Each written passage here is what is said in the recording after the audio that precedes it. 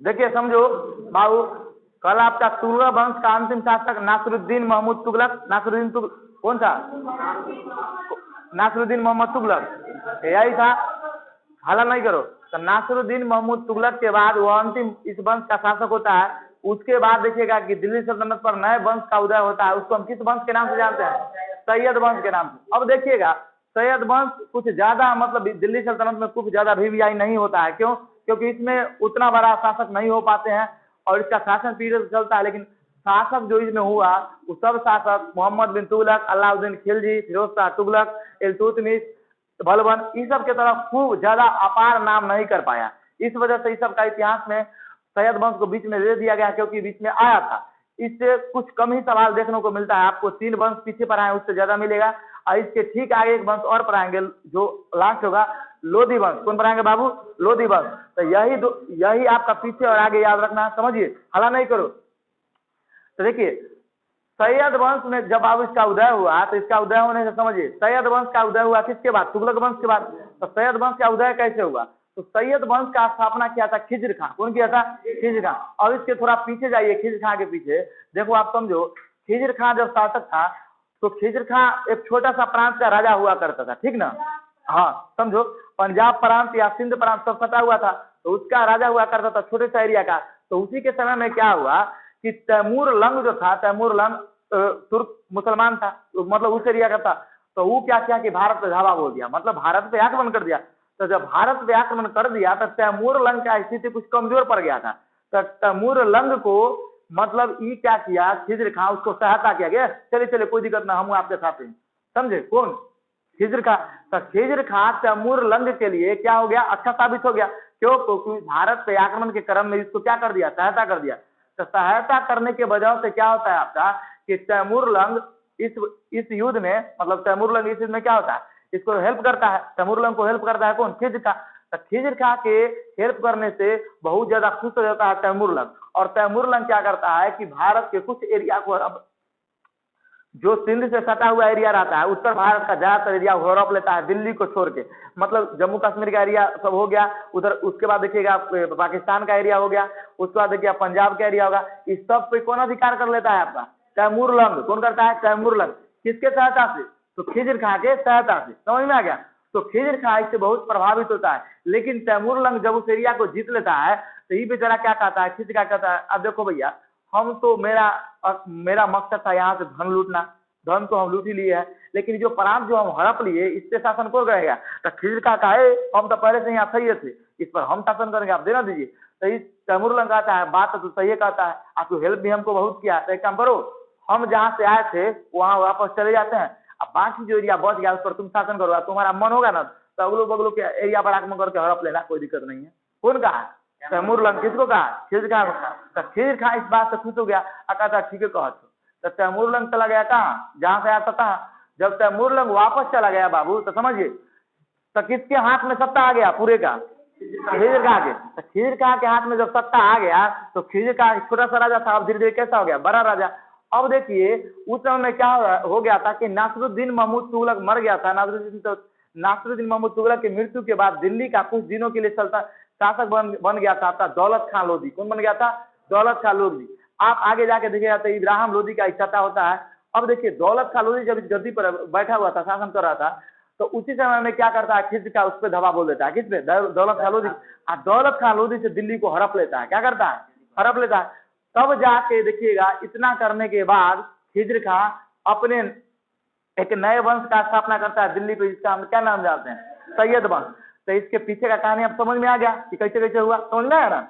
अरे समझ में आया ना आप लोगों को कि कैसे कैसे आया सैयद वंश? अब देखिए खिज्र खां जब इस दिल्ली स्थापना करता है तो ये 1414 में, कब करता है? 1414। और ये बेचारा ज्यादा दिन शासन नहीं कर पाता है, 7 साल में इसका क्या रहता है? मृत्यु। अभी नहीं है कि 7 साल की उम्र में मृत्यु हो गया, पहले तो इसका रहा ही होगा। 1414 में दिल्ली का मतलब सुल्तान बना और 1421 में इसका क्या हो गया? मृत्यु हो गया। अब देखिए इसके बीच में बहुत सारा काम करता है। पहला नंबर क्या करता है कि समझिए, पहला बताया आपको कि भारत पर आक्रमण के क्रम में तैमूर लंग का क्या देता है? साथ देता है, जिससे तैमूर लंग क्या हो पाता है? इसका आक्रमण भारत में सक्सेसफुल हो जाता है। समझ में आ गया? आगे समझिए, प्रारंभ में मुल्तान एवं सिंध का शासक रहता है कौन? खिज्र खां। अब आगे देखो खिज्र खां ने दौलत खां लोधी को पराजित करके क्या बनता है, दिल्ली का शासक बनता है। कौन, खिज्र खां। समझ में आ गया। अब देखिए खिज्र खां एक ऐसा शासक हुआ, समझिए, जो खिज्र खां शासन तो करता था लेकिन कहीं ना कहीं ये अधीन था। किसके अधीन था पता है, तैमूरलंग के अधीन था। किसके अधीन था, तैमूरलंग। तो जब तैमूरलंग वापस गया तो वापस जाने के कुछ ही साल बाद उसका वहां मृत्यु हो जाता है। किसका, तैमूरलंग का। तो तैमूरलंग का पुत्र होता है उत्तराधिकारी, उसका नाम होता है शाहरुख। क्या नाम होता है, शाहरुख खान, याद नहीं रहेगा, शाहरुख खान। अब देखिए शाहरुख खान जो वहां का होता है तैमूरलंग का पुत्र, तो शाहरुख कोई टैक्स भेजता है, क्योंकि तैमूरलंग जब यहाँ से इसको सब देके जाता है तो कहता देख भैया तू यहाँ से जो इनकम करेगा उसका कुछ हिस्सा हमको भेजते रहना, नहीं तो समझो तुम हमारे अंडर में आता है, फिर से हम तुमको भी आके लतिया के छीन लेंगे। कौन कहता है, तैमूरलंग।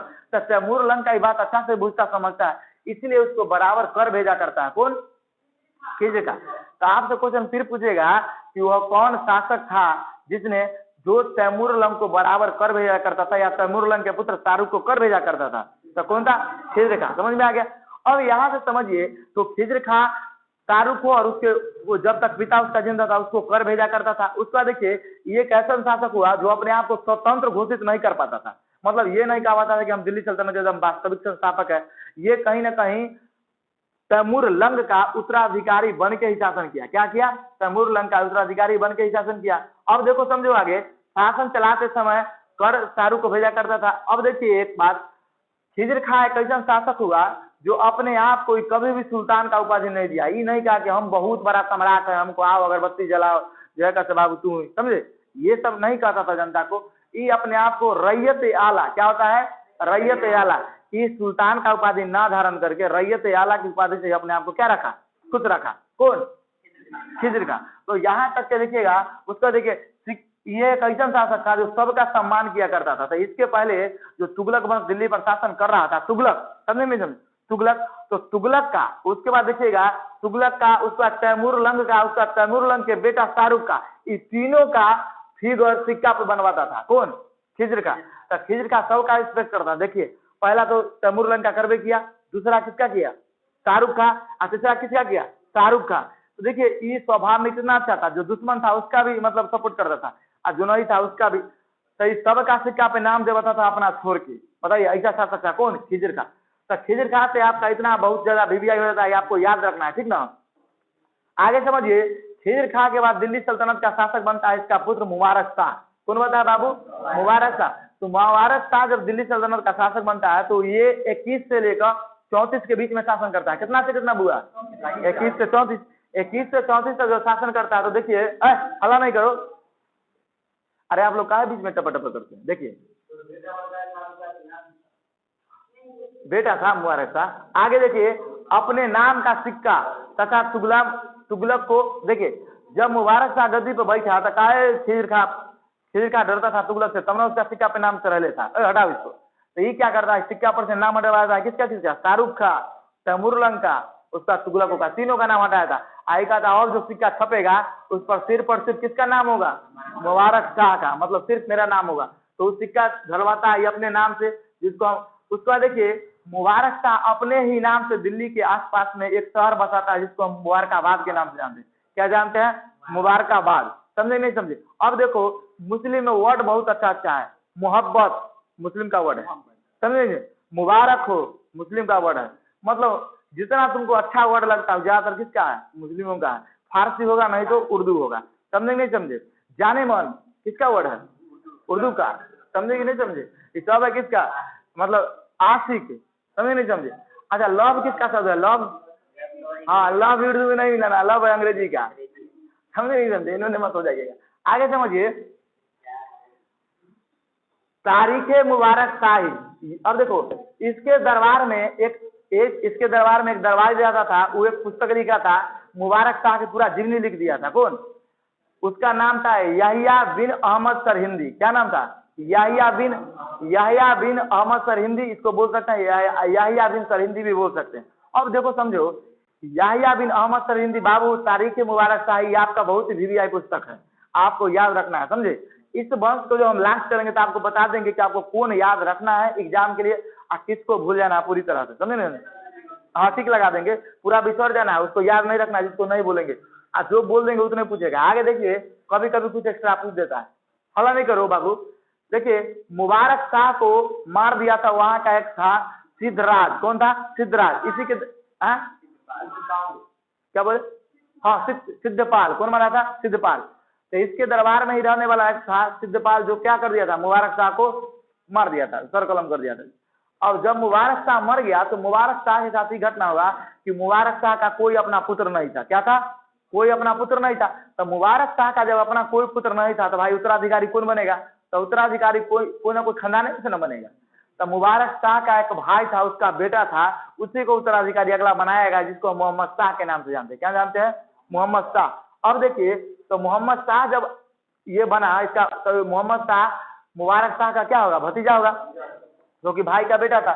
मोहम्मद शाह जब बना तो देखिए मोहम्मद शाह को जब राजा बनाया गया ना, तो उस समय में सबसे ज्यादा शक्ति किसके हाथ में था? खसर उल मुल्क के हाथ में। किसके? खसर उल मुल्क। अब समझो खसर उल मुल्क कौन था? जब मुबारक शाह का मृत्यु हो गया तो मुबारक शाह के मृत्यु के बाद बताइए कोई वास्तविक इसका बेटा था? नहीं था। बेटा नहीं था तो खसर, देखिए खसर उल मुल्क जो होता है ये मेन होता है, यही कहता है बेटा नहीं है इसका भतीजा को बनाओ। समझ नहीं? कौन? खसर उल मुल्क कहता है। तो सब कहता है कैसे भतीजा को बना दे। तो सबसे ज्यादा सपोर्ट इसको भतीजा के बनाने में कौन करता है? खसर उल मुल्क। खसर उल मुल्क उस समय का बड़ा शक्तिशाली होता है। तो खसर उल मुल्क के सब बात मान के मोहम्मद शाह को क्या बनाता है? राजा घोषित कर देता है। आप बताइए खसर उल मुल्क यहाँ पे होगा कि नहीं बीबी है? तो खसर उल मुल्क मेन होता है। तो आपसे पूछेगा कि मोहम्मद शाह के समय में वास्तविक बागडोर कौन संभाले हुआ था? खसर उल मुल्क। अब आगे समझिए, इसके समय में मोहम्मद शाह अल्लाह नहीं करो, समझो बाबू, मोहम्मद शाह के ही समय में देखिएगा कि भारत के दिल्ली सल्तनत के साथ एक घटना घटता है। घटना कौन करता है? तो आपको बताएंगे महमूद खिलजी। महमूद खिलजी होता है मालवा का शासक। कहाँ का होता है? मालवा का शासक। तो महमूद खिलजी देखता है क्या रे सैयद वंश का स्थिति धीरे धीरे डैमेज हो रहा है। क्या हो रहा है? डैमेज यानी कमजोर है। कमजोर स्थिति का फायदा उठाते हुए कहा ना उसको हम धो दे, धो के मालवा के साथ साथ हम दिल्ली का भी शासक बन जाए। तो ये लोग किसको छा देता है? मोहम्मद खिलजी को। किसको छा देता है? मोहम्मद खिलजी। तो मोहम्मद खिलजी अपने सारे सेना को संगठित करता है और संगठित करके दिल्ली पे क्या बोल देता है? धावा। और जैसे ही दिल्ली पे धावा बोलता है तो मोहम्मद शाह का इस युद्ध में हार होने लगता है बाबू। क्या होने लगता है? हार। लेकिन देखिए इसी युद्ध में सनी देओल के तरौने से दौड़ते हुए आता है कौन पता है आपका? इस युद्ध में दौड़ते हुए उधर से आता है आपका बहलुल लोधी। अब बहलुल लोधी मोहम्मद शाह को कहता है तुम रुको, हम भी तुम्हारे साथ है, चाहे खिलजी आ जाए, कोई मलबा के साथ पूरा भारत के साथ आ जाए, हम उसको हरा देंगे। तो मोहम्मद शाह को मतलब दीवार के तरह खड़ा होता है इसके लिए कौन? बहलुल लोधी। अब बहलुल लोधी इसके बहलुल लोधी और मोहम्मद शाह एक साथ होके दो मतलब दोनों एक साथ हो जाता है, समझे ना? दोनों एक साथ होके किस पे आक्रमण कर देता है? महमूद खिलजी को। महमूद खिलजी को तो पूरा पोंगिया देता है, समझे नहीं? समझे? पूरे हरा देता है इसे, पूरे मतलब इसको क्या देता है? इसको दोनों मिलकर धूल चटा देता है। तो इस युद्ध में सबसे मेन हीरो साबित कौन होता है पता है आपको? बहलुल लोधी। बहलुल लोधी। तब बहलुल लोधी जैसे ही इस युद्ध का समाप्त होता है, समझो, जैसे ही इस युद्ध का अंत होता है, अरे पोंगिया देना मतलब हरा देना रे बेटा, वो क्या कहेंगे? नहीं समझता रे तो है ना? अब समझिए मोहम्मद शाह, समझो मोहम्मद शाह जैसे ही मोहम्मद शाह इसका क्या कर दिया? हालत को तो पंक्चर कर दिया, समझे नहीं समझे? किसको? मोहम्मद खिलजी को। तब महमूद खिलजी को जैसे ही हरा दिया, कौन हरा दिया? बहलुल लोधी या मोहम्मद शाह। जब दोनों हरा दिया बाबू समझिए, तब बहलुल लोधी से बहुत खुश हो गया। कौन हो गया खुश? मोहम्मद शाह। तो मोहम्मद शाह से छोटा था कौन? बहलुल लोधी। बहलुल लोधी उस समय बहुत कम उम्र का था। तो बहुत कम उम्र का था तो ये देखा मोहम्मद शाह बाहर वाह इतना बड़ा हमको हेल्प किया है। तो मोहम्मद शाह प्यार से उसको क्या कहता है कि जानते हैं? कहते हैं वाह बेटा जियो, कमाल कर दिया, समझे? मतलब ऐसे ही कहता है वाह बेटा जियो, समझे? तो उसको अपना पुत्र कह के पुकारता है कौन?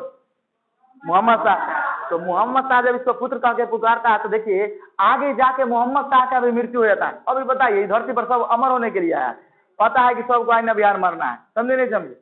आप एक बात समझ आइए, ये जीवन आपको जो मिला है वो बहुमूल्य है। इस जीवन में जो आपका उम्र जो है अभी का, जो नौजवान का आपका उम्र है, ये उम्र बहुत, देखिए बाबू आपको समझाते हैं, हला नहीं करो। जिस एज में आप जी रहे हैं इस एज को अगर आप, दो रास्ता है आपके पास, एक मजा का और एक सजा का। अगर आप सजा में गुजार देते हैं जीवन को 5 से 7 साल को, तो आपका पूरे जीवन, आपका जीवन, आपके आने वाले बेटे बच्चे जो भी है उस सब का फ्यूचर अच्छा हो जाएगा। अगर इस जीवन को आप मजे में कटाते हैं तो उसके लिए पूरा सजा बन जाएगा। अब जब आप बुजुर्ग हो जाइएगा तो आपको खिलाएगा आपका पोता सा, बाबा खइबो, समझे नहीं समझे, मतलब आपका इतना उम्र बेकार हो जाएगा, समझे ना। आप किसी भी तरीका के नहीं रहिएगा। जब सरकारी जॉब करेगा बाबू तो इसका तरीका बताते हैं, तुम्हारा जो सास भी होगा ना वो भी रिस्पेक्ट करेगा, बाबूजी खैली, समझे नहीं समझे, समझ रहे हैं। इसका कारण क्या है, जॉब। जब आपको जॉब हो जाएगा तो अभी देखो तुम लोग को पता है कि पेंशन हटा दिया है, लेकिन रिटायरमेंट के बाद सर 40 लाख, 50 लाख, 80 लाख, 1 करोड़ के करीब रुपया मिलता है ना, जैसा जॉब होता मिलता है ना, वैसा मिलता है। तो तुम बताओ, इतना तो बोका है नहीं, मास्टर तुमको इतना पढ़ाई दिया है, जब तुमको पैसा मिलेगा तो उसका 50% भी आप अपना अकाउंट पे रखिएगा, तो आपका जो है जो बचवा रहेगा, आपकी पुतोह रहेगी, वो सब आपका गोड़ धो कर पिएगा बुढ़ारी में। ये अमृत ना है, समझ रहे हैं बात के, मतलब आपका गोड़ धो कर पिएगा, कहेगा ये अमृत है, क्या है अमृत। तो जब आपका जॉब रहेगा तभी, और जब जॉब नहीं होगा तब कहेगा क्या जानते हैं, आप जहाँ पे पैर रखिएगा वहाँ पे कहेगा आपकी सास यहाँ 20 पैदा कर दिया बुढ़वा, सब करो इसको, समझे नहीं समझे। इस तरीके का हालत हो जाता है, इसलिए हम बोले हैं। हाँ